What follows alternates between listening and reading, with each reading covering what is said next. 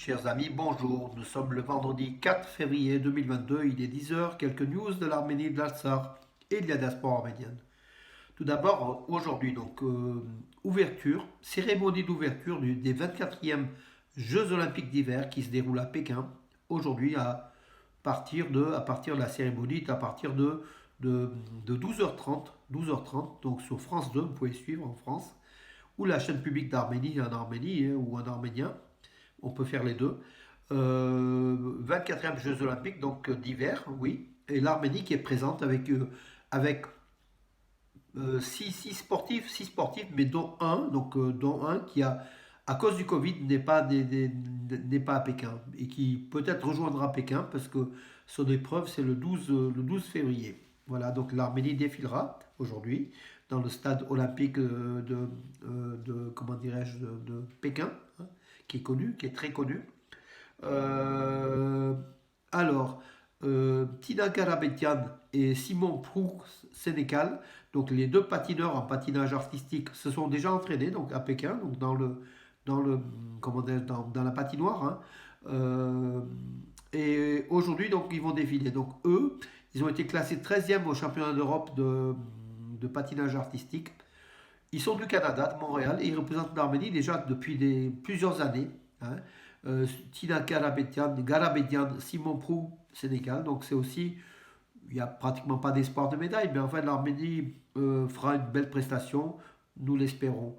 Plus les skieurs, donc les 4 skieurs ou les 3 skieurs, donc on verra donc la suite, qui vont avoir des places d'honneur, hein. Donc ça va être compliqué donc d'avoir une médaille olympique, on ne sait jamais, voilà. Mais l'important c'est de participer. En tout cas, nous, cette cérémonie d'ouverture, on suivra donc qui promet d'être exceptionnel d'après les Chinois, hein.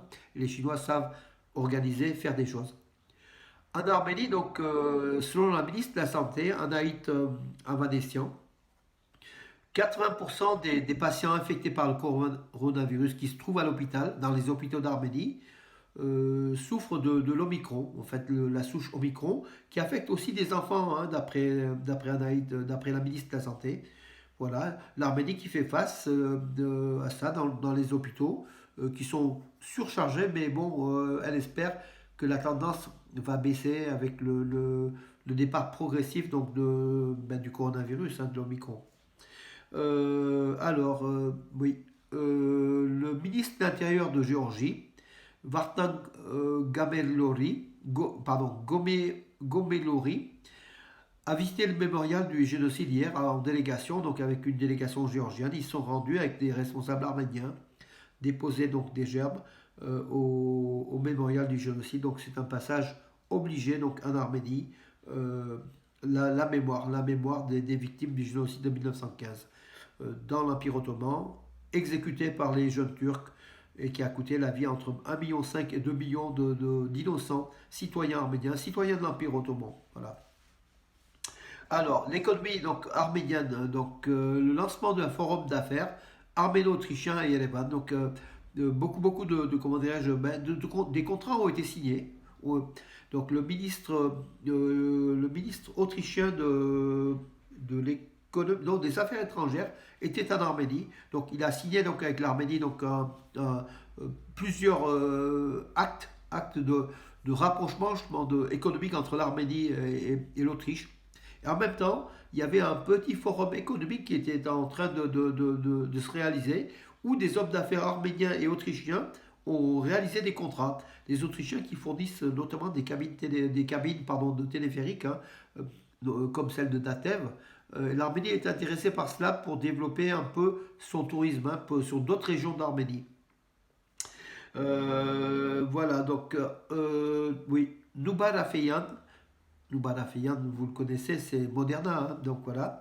Et Ruben Vartanian, le riche homme d'affaires arménien de Russie, appelle à unir les efforts pour faire progresser la science en Arménie. Donc ils vont faire des ordres caritatifs pour justement pour développer les sciences en Arménie, parce que sans science, il n'y a pas de développement de technologie, il n'y a pas de développement réel de l'économie.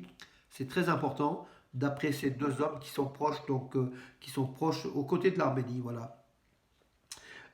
Alors, des bruits couraient que les Turcs avaient acheté progressivement en Arménie des biens immobiliers, des commerces. Ils s'installaient avant même les relations donc arméno-turques. Alors, le ministre arménien de l'économie, qui s'appelle Van Kelopian, a hier déclaré que les Turcs ont bien des biens immobiliers en Arménie. Il n'y a pas d'objet stratégiquement important dans cette liste a indiqué donc le ministre de l'économie. Donc c'est vrai que les Turcs ont déjà des investissements immobiliers en Arménie. Donc peut-être sont des Turcs d'origine arménienne aussi hein, en partie. Mais il y a peut-être aussi des hommes d'affaires turcs qui sont intéressés d'investir en Arménie, dans l'immobilier et peut-être dans le commerce. Hein. Donc ce qu'on craint nous, c'est le commerce le commerce arménien qui pourrait faire les frais de l'invasion du commerce turc en Arménie.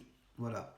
Euh, alors, je reprends donc mes fiches qui sont un peu plus compliquées. Oui, le Pachinian, donc il a annoncé aussi que l'Arménie a enregistré un nombre record d'emplois, en matière d'emploi en fait, un nombre record. Donc l'Arménie a enregistré en décembre 2021 659 471 emplois réels.